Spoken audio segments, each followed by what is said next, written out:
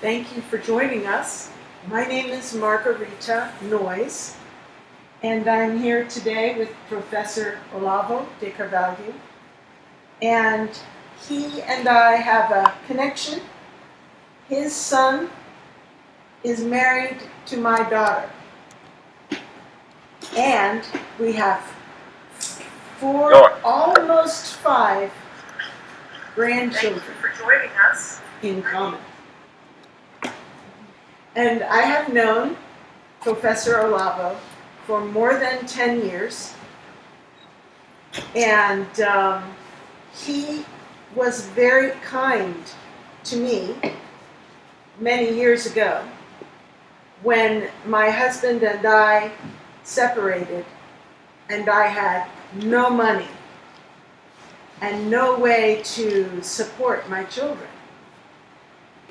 And he allowed me to teach English on his network. And he had interesting ideas about how to learn English.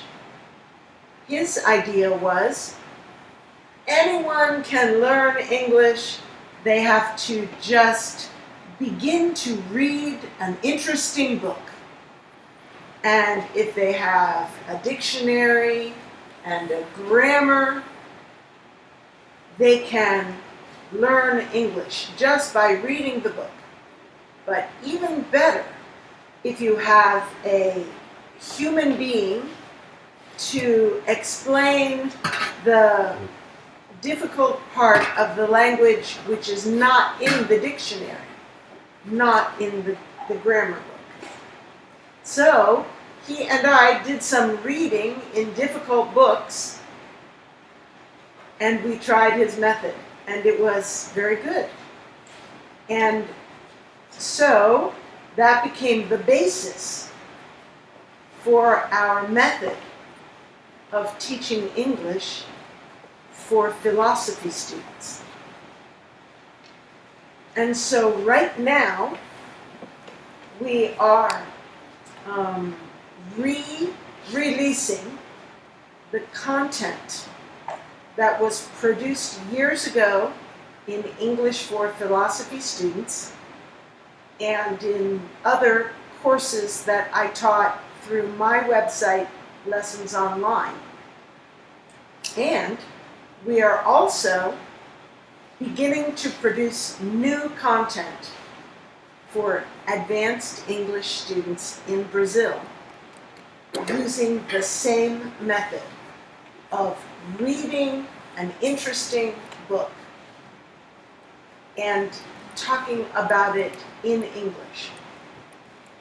So today we are here to discuss the effect of literature on politics. And my first question to Professor Olavo, I want to read you a quote that you are familiar with by Hugo von Hofmannsthal. He says, "Nothing becomes reality in the life of a nation that was not already present in the literature of the nation." So my question is, where does this conservative movement in Brazil come from?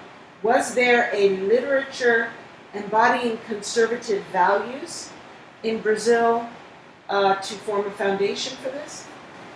Well, this movement came practically only from my books. There is no tradition of conservative literature in Brazil. I started in the 1990s. And it didn't work. I really don't know why, because I believe I was the most understood writer in Brazil. Everybody understood what I was saying. Millions of readers and followers, and they felt I was telling the truth. The truth was very obvious, very manifest. Everybody could see it, but nobody had the language to tell it Yes. because the Portuguese language was very poor at that time. Poor because of two factors. First, every science and technique has its established vocabulary, where every word has its fixed meaning. It's a fixed and repetitive. But in real life, things are not this way. We don't have fixed meanings we can use in personal conversation or in literature. In literature, as in life, the meaning of the words has to be grasped in the very moment of the experience. Mm-hmm. We don't have a fixed, we do not have a ready language to express. So we have to improvise expression. And this is the real meaning of literature. Teach people to create their language according to the situation they are living in the very moment. This was what I did in Brazil about the political situation. Create a language, improvise a language, to tell things that everybody was feeling, everybody would see, but they had no language to express. Mm-hmm. And it was a very difficult operation because I had to use at the same time the classical Portuguese language and the popular language of the moment. Mix the thing. One American reader once said my language was baroque.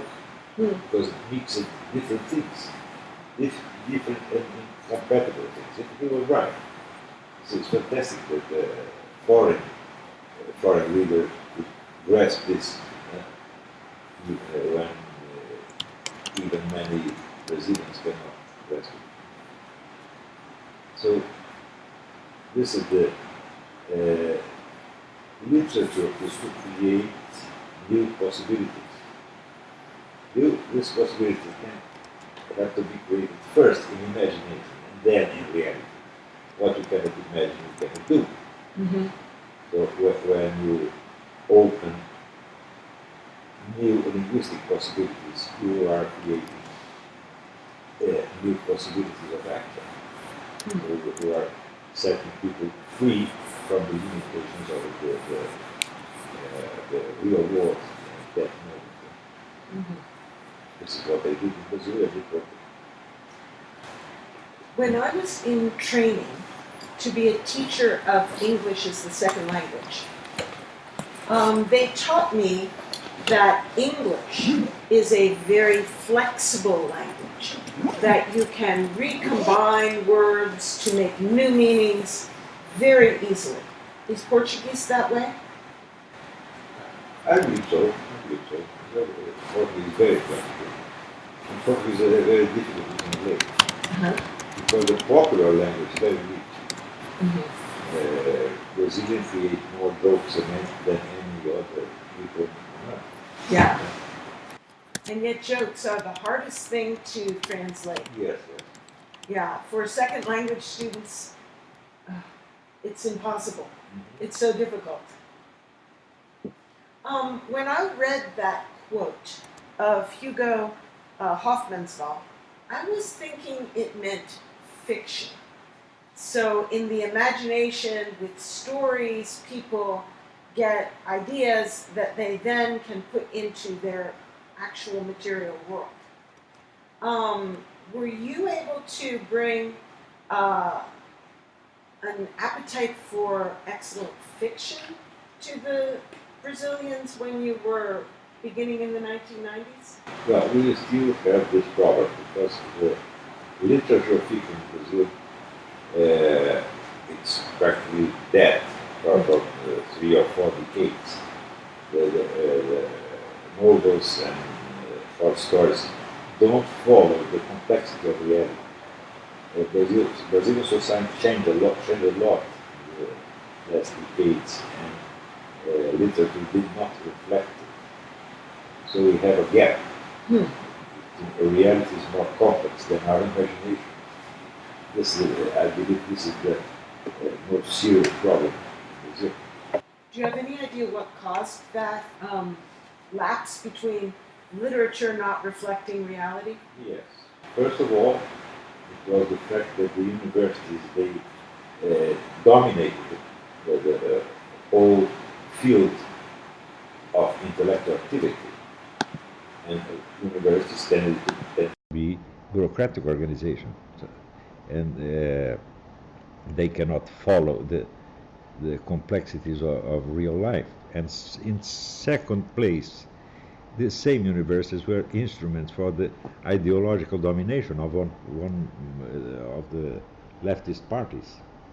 So everybody was forced to use the same language to say always the same things.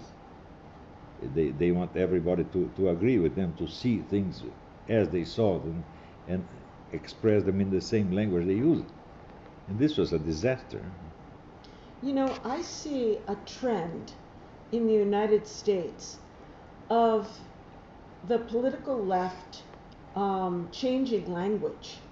They first they broaden the meaning of words to include many things, and then they require that you use this broad general word instead of specific words.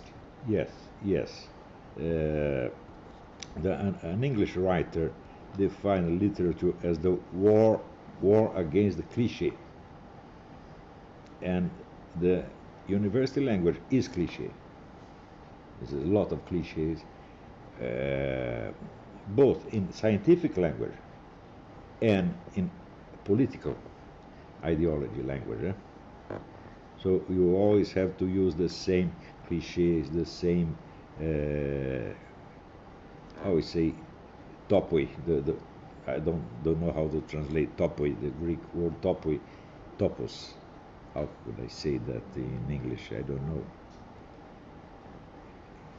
Do you know how to say that word in English?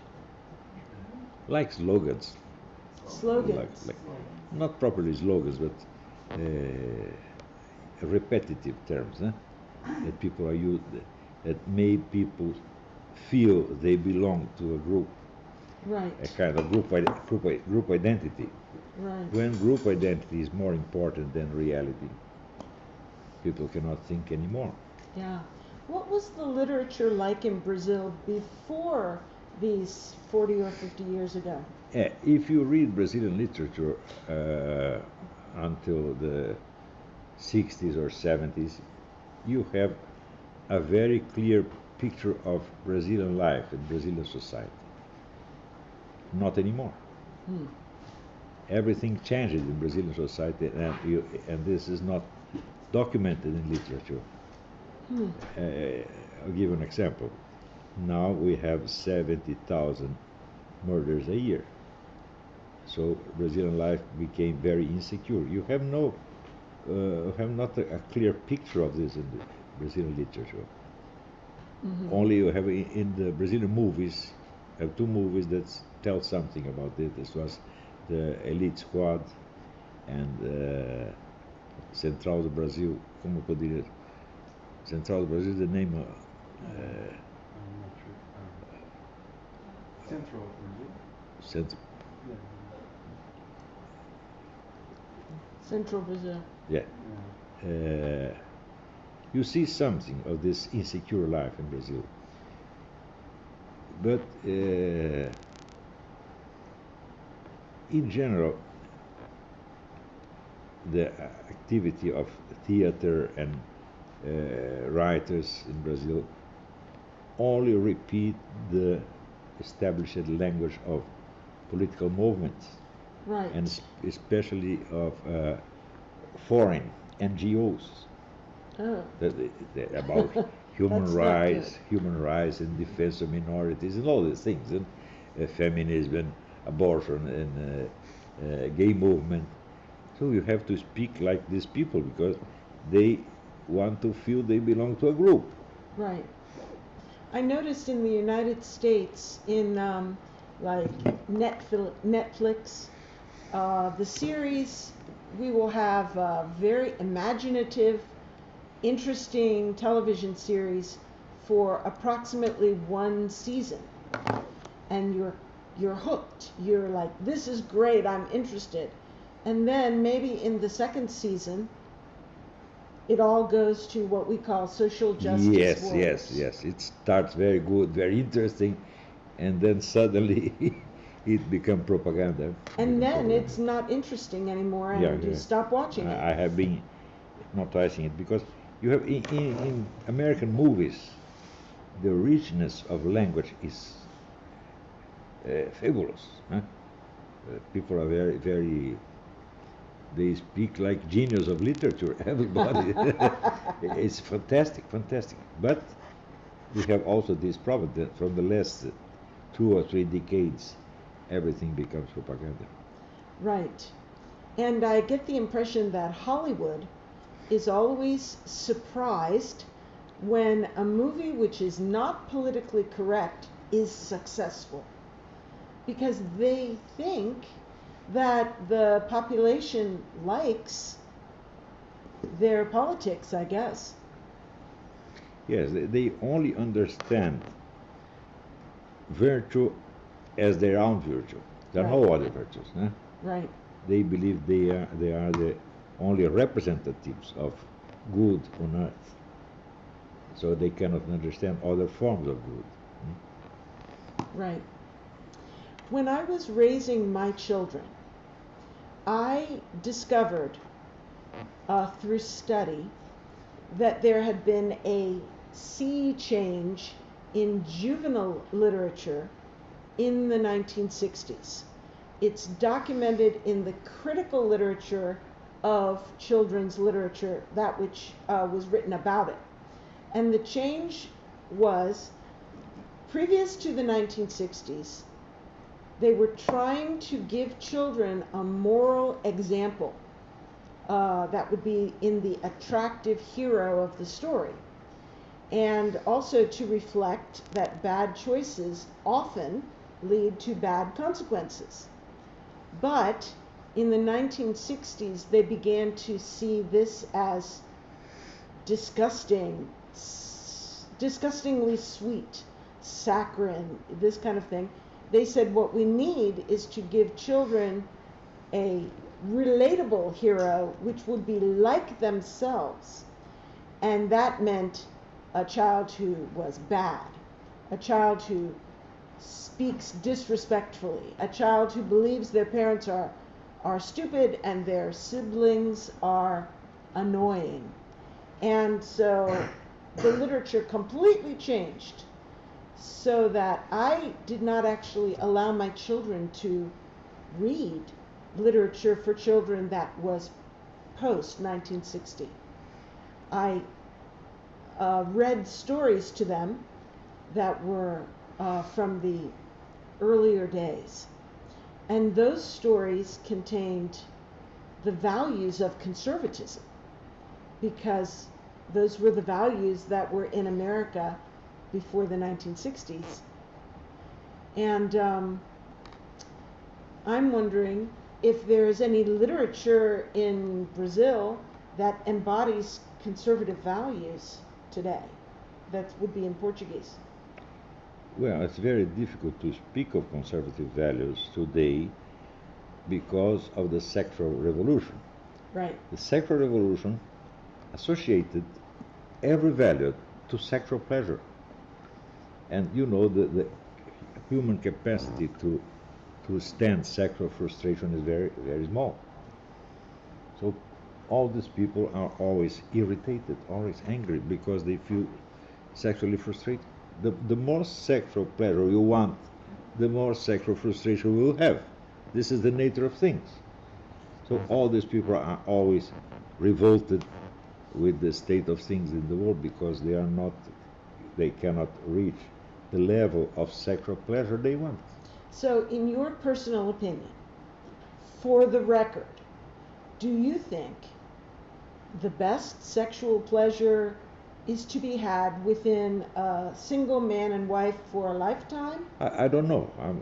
I don't know. I only know that you cannot build your life on the basis of sexual pleasure.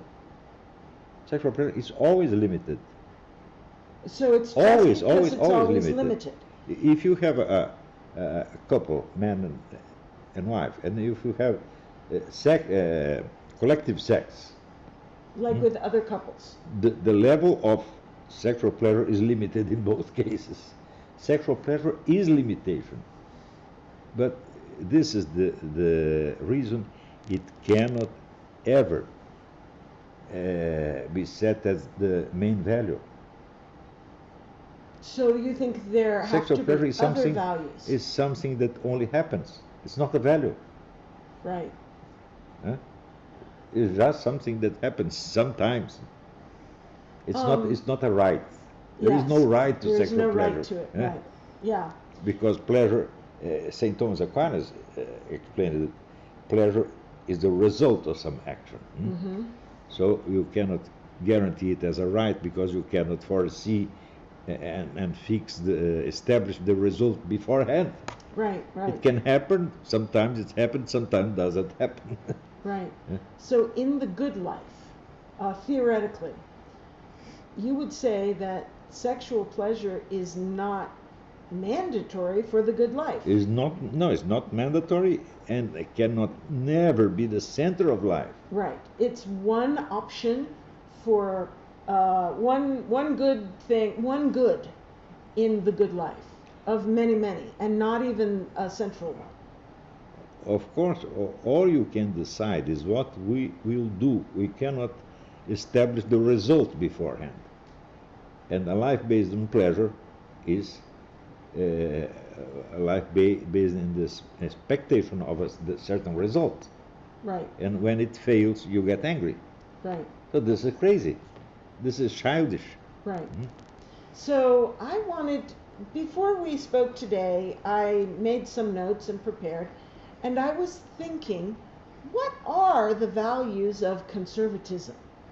And I'm interested in maybe making a short list. What do you think are some of the values that the conservative movement brings to society? Well, I never speak in the name of conservative movement or any movement. I speak only in the name of myself.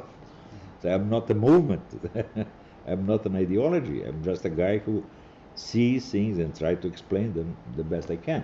Mm-hmm. And I see that life cannot be based on the expectation of pleasure. Mm-hmm. What's the difference between a heterosexual and a homosexual? Only the preference for certain kinds of pleasure. Mm-hmm. Does this have real importance? No. I cannot believe. Eh? Right. When you study the great characters in history, some of them are heterosexual, others are homosexual, and this made no difference. Right. So people say that Leonardo da Vinci was homosexual. Huh? Well, look to the works of Leonardo da Vinci and show me where is the homosexuality there. There's no homosexual sign there. Nothing. Right. It's the same thing. Right. What is your opinion about what? But now, Mm-hmm. in the last decades, homosexual became an identity. Right.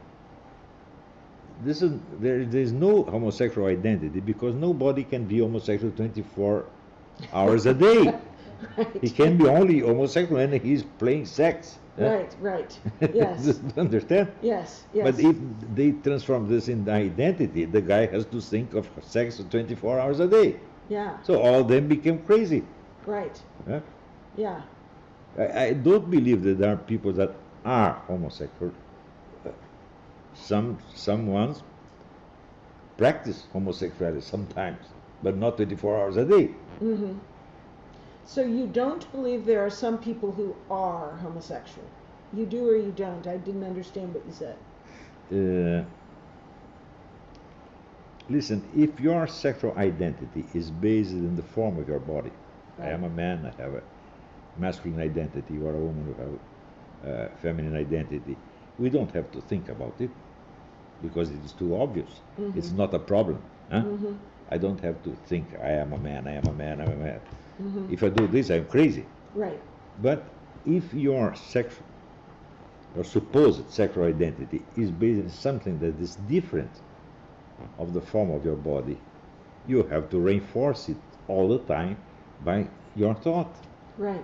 You have to think of it and reaffirm it again and again and again and again. Right. So you are crazy. Right. Right. You see, in Brazil we have some representatives in the parliament. Mm-hmm. They represent the homosexual community. Hmm. But I cannot see any difference between them and the other representatives. They are the same thing. Right. I only know they are homosexual because they tell it. Right. I never saw any of them practicing sex. Right. The guy never had homosexual relations, and he says he had. I only know him by what he says. Hmm. So it's a kind of verbal identity. Right. Created and reinforced again and again and again and again. So these people tend to escape from reality. Right. And I don't believe these matters of sex are real problems. Mm-hmm. Because it's totally subjective. Huh? Yeah. We have sexual attraction for things that we imagine. Right. And we imagine them before we do them. Huh? Right. So who can control this? We do. Nobody can control Nobody. it. Nobody. If you start imagining some things, we will want to do them. Ah, yes. Yes? Yes. And the immense variety of forms of sexual pleasure, this is so big, so varied that this cannot ever be an identity. Right. For example, the guy says, I have attraction for men. Ask him for how many men at a time? One or two? Two or three? This is different. Mm-hmm. So you have attraction for collective sex with men. This is different from mere homosexuality. Right. So all this is fantasy. Right. And if a guy starts to cultivate the fantasy, it will become a need, a necessity. He will need it again and again and again and again. But this is all subjective. Everything this is subjective. Do you have So it can never be an identity. Right. Do you have any ideas about what ought to be legal and what ought not to be legal in the sexual realm? I believe everything should be legal except murder and aggression. So you're very libertarian. Of course, of course, of course. Do you think? But this does not mean that I approve it morally. Uh-huh. Because morality is one thing and law is another thing. So what is the distinction in your mind about what should be law and what is just moral? For example, you say the homosexual marriage. Do you really believe these people want marriage? Some of them say they do. Well, maybe they want to go together to collective sex. Well, I have a There's friend. a homosexual couple, they go together to the sauna. My friend from college, female, she is a lesbian in a marriage to another woman, and they have 2 children, and they've been together 25 years. This can happen, of course, this can happen. Yeah. But this is not the general rule. So, in your way of thinking, how should the government decide what a law should be? What should be illegal? It's not just because it's immoral. What would be the reason to make something illegal? I really don't know. Don't know that. Yeah. I don't believe I'm qualified to So that's say outside. something about That is a it. big question for me because everybody Because says. nowadays everybody wants to create laws. Right. Yeah. Too many laws. Too many laws. A lot And- too many. And everybody is a legislator Right. and believes he knows what the state should permit or forbid. I don't know. So do you have any opinion on, in America right now, there is a big movement to overturn Roe versus Wade. This is the Well, first this time. so overturned because it was a fraud. Okay, so it was a bad decision. This is a bad decision because it's based on a fraud. What do you mean? The main witness confessed she lied. So this is not a serious law. This is a fraud. It has to be revoked, of course. Just because the first witness was... And by the way, abortion is not a matter of sexual pleasure. Abortion is murder. Right. Yeah. Abortion is... Because I once explained this. If you don't know if the fetus is a human being or a thing, well, you cannot prove one thing, you cannot prove the other. So there is a discussion, and each side has 50% of the chances to be right. So abortion has 50% of chances to be a murder. Right. So don't do it. So of course, don't do it. Obviously. There's 50% chance that someone is in the house. No, Don't burn it down. You shoot a revolver. Right. In a direction, there is 50% of chance that there is somebody In the way. walking that direction. Would you do it? No. Should you have the right to do it? Of No. course not. No. Right. You cannot play with human lives as it was a game. Right.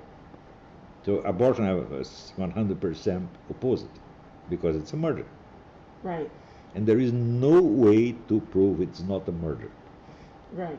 You have no way to either to prove it is a murder. We don't know.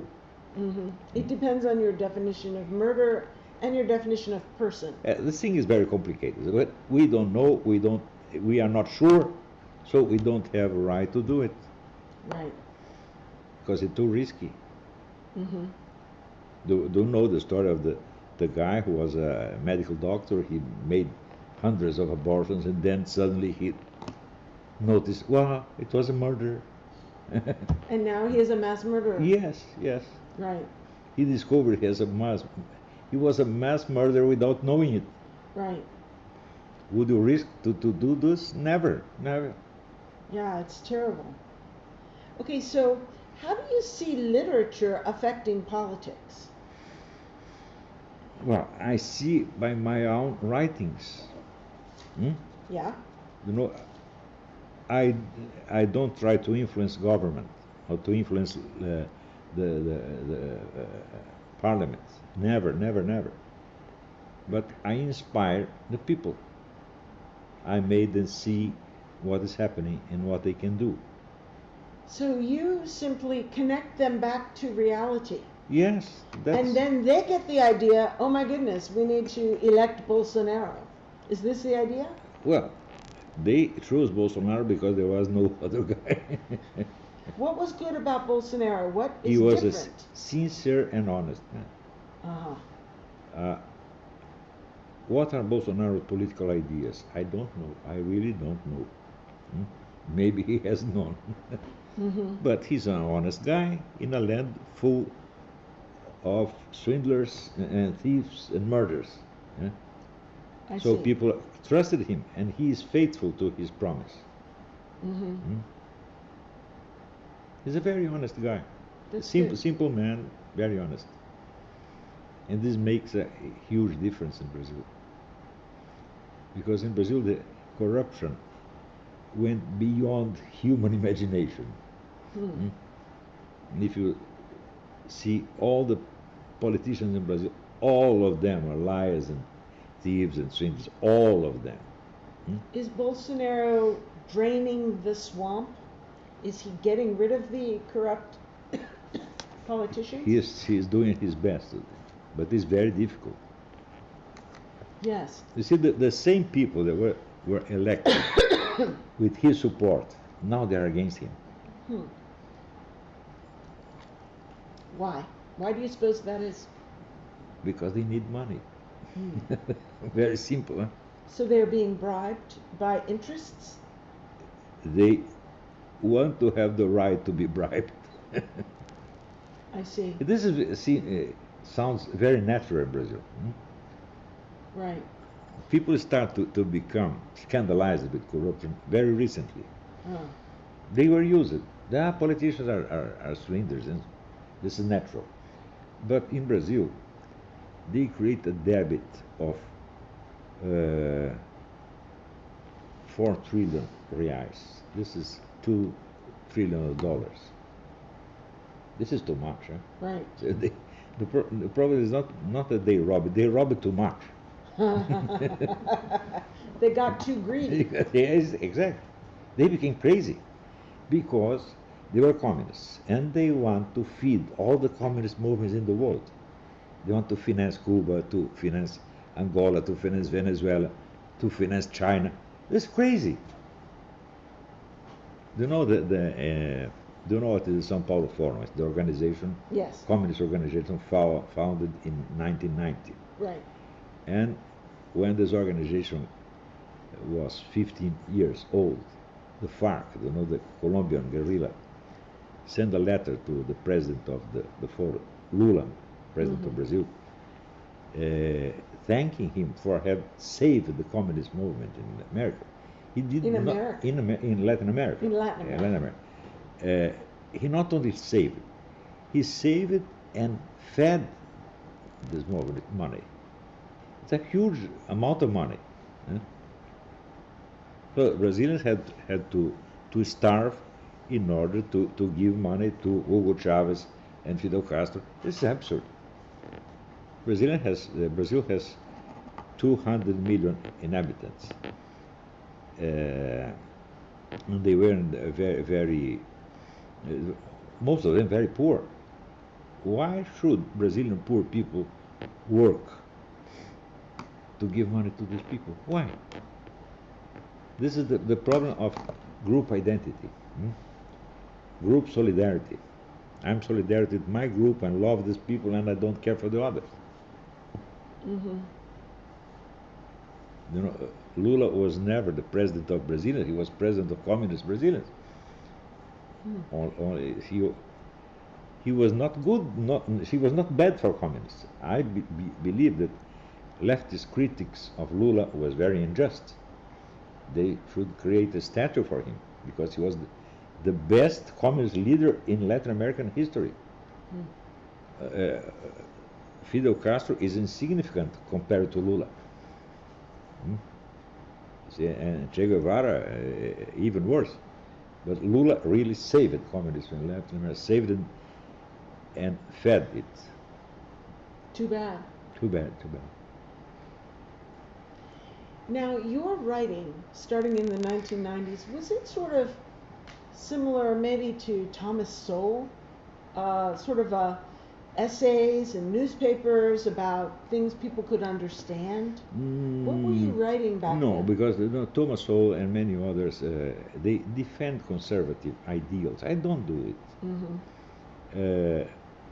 I only write two kinds of, in matter of politics, I only create two kinds of writings.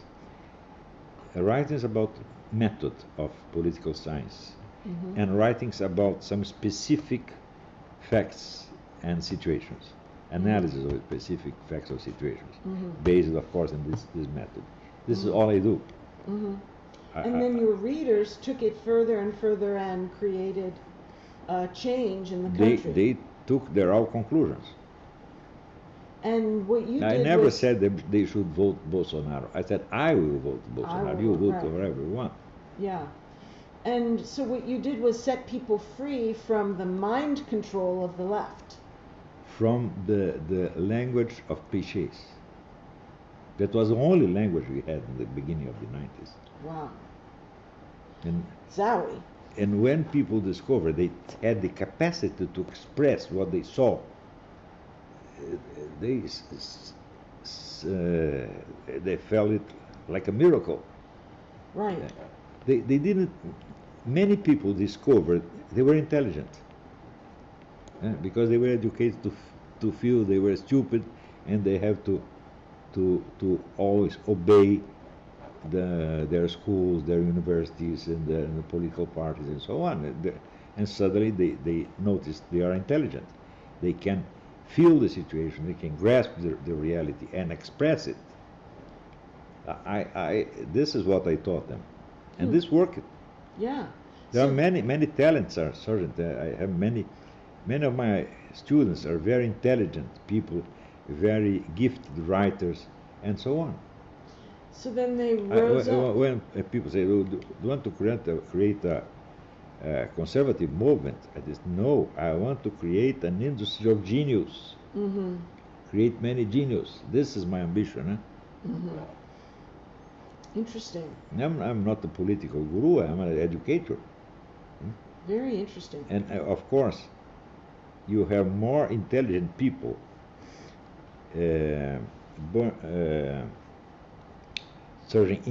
appearing in my courses than in all universities, all Brazilian universities together. Do you see yourself and your followers sort of replacing the university system that's so corrupt there, or are they fighting you, or what's the situation between? Of course, the university institutions, they are fighting me. By Because name? most of them, yes, most of them are composed of semi-illiterate people. I'm So- not exaggerating. This is reality. Right. Most, when you read university thesis and political sciences, sociology, in the first lines you saw a lot of grammar mistakes. Right, They don't know Portuguese language. right, And they don't understand what they are saying. right, This is a general rule in Brazil, right, because universities in Brazil are dedicated to sexual pleasure. right. You have courses on masturbation because masturbation is very difficult. You have to study in the university. You cannot learn it yourself. When I was a boy, every boy learned this because the other boy told. Right. But now you have to get a PhD, otherwise you cannot masturbate. It's very difficult. So what do they say about you? How do they attack you? Do they call you a racist and a bigot and a They call homophobe? this is the Bolsonaro guru, the guru of the government. I don't know because I never give up an opinion about anything to the government, never. And they believe I am the guru of the government. They believe I have an international political organization Uh-huh. created to influence the course of things in Brazil. They're the crazy. Uh-huh. They're crazy because these people never reach mature age. They're never adult. Because the university in Brazil are made to keep people childish forever. So is there an alternative for educating the children in Brazil for your students' children? I don't know. I only know about my students. People say, what's your proposal for Brazilian education? I had no proposal for Brazilian education. I have a proposal for the education of my students. Right. They have to figure out for themselves how to Of educate course, their of children. course, of course. How's This homeschooling problem there? of Brazilian education is too big. Yeah, it's No, huge. no single brain can dominate this problem. We Right. need many people. Yeah, Many we have people this, employ many generations. we have this problem in America too. Is homeschooling becoming more legal in Brazil? Little by little. That's good. I believe for some people, homeschooling is good. For me, it's not good because I have no talent to educate children. I only educate adult people. Right. Yeah. So if I were to teach my children at home, they would learn nothing. I think you would be surprised. I don't know. Children can do so much more than people think at such a younger age. It is incredible. I give special attention to the moral education of my children. Right. To teach them to be good people, to be Right. honest, Yes. to be friendly, Yes. to be Christian. Yes. This I taught, but I Yes. cannot teach them geography or mathematics. Right. I have no patience for that. Right. I had a funny experience when I was educating my children at home. I had a daughter who was in the 3rd grade, and I went away to the grocery store, leaving her at home with her father. When I came back from the grocery store, my daughter was standing in front of the house, just standing there. And I said to her, "Come, help me carry the groceries." And she said, I cannot leave this spot, just this square on the pavement. And I said, why not? Daddy says I have to stand here. And I said, oh, interesting. So I carried it in, and I carried in the groceries, and I saw on our blackboard, it was full of algebra, just entirely full of algebra. And I thought, that is interesting. Then I put down the groceries. I went to my husband and said, why is Michelle standing in the front yard? He said, she was refusing to do her school. I was like, tell me more. He said, I was explaining her math to her, and she was being stupid on purpose. And so I brought her in, and he was attempting, it was in her math book, it did say something like 3 plus x equals 5. And that was why he had the board covered with algebra. But the idea was just to give her a hint that if you have 3, how many more must you add to get 5, to make the foundation of algebra, not to teach her all the theorems. So I see many men in homeschooling cannot descend to the level of a child. Yes. I believe the world of feelings are more important than algebra. Absolutely. Yeah. I agree. And my idea was, you form the moral compass of your child through literature, through capturing their heart for goodness, because they love goodness in the story. They love the character who is noble. This is very important. Yeah. In our family, But I'll be sincere to you. I never did anything with the conscious purpose of educating my children. I didn't think about that. I always thought this: they will see me and they will learn with me. They will imitate my example. 24 hours a day. Not only in the times where I'm trying to educate them. yes, They'll imitate what I'm doing in times when I'm not trying to educate them. absolutely, I do something completely different. yes, So, real life is education. yes. So you What must I spend do, time. they will do. Yes, They will copy me. They will imitate me. So, if I want them to be friendly, I'm friendly with them. If I want them to be brave, I'll be brave too. They see bravery and learn what it is. yes. Yeah. I don't like to think about children's education. This is only example. Yeah, You know, the Brazilian Indians don't teach anything to their children. they don't. They don't. And every generation learns everything the other generation knew. There is no Indian education in Brazil. You know, once the man who knew the Indians most in Brazil, his name was Orlando Vilas Boas. He's a famous explorer and others say the indigenists. He told once the whole tribe was to fish, and one boy stood in the tribe and he put fire in a cabin, and all the cabins were burned. When they returned, they found it very funny. They gave the boy the name of Captain Smoke, and this was all. And everybody is happy. So they're very calm That's good. and very wise, I believe. That's cool. I have one more question that. You know my sons, Pedro and Leila. Yes, You know they are very good-hearted people. they are. Very honest and Generous, very generous. generous and very intelligent. Yes. I didn't teach them to do this. But I know your son. Anytime I speak to him about what should happen, he always says, my father says, blah, blah, Yeah, blah, yeah. blah, blah. Yeah. And then this is how it is. He is a good example of what you are saying.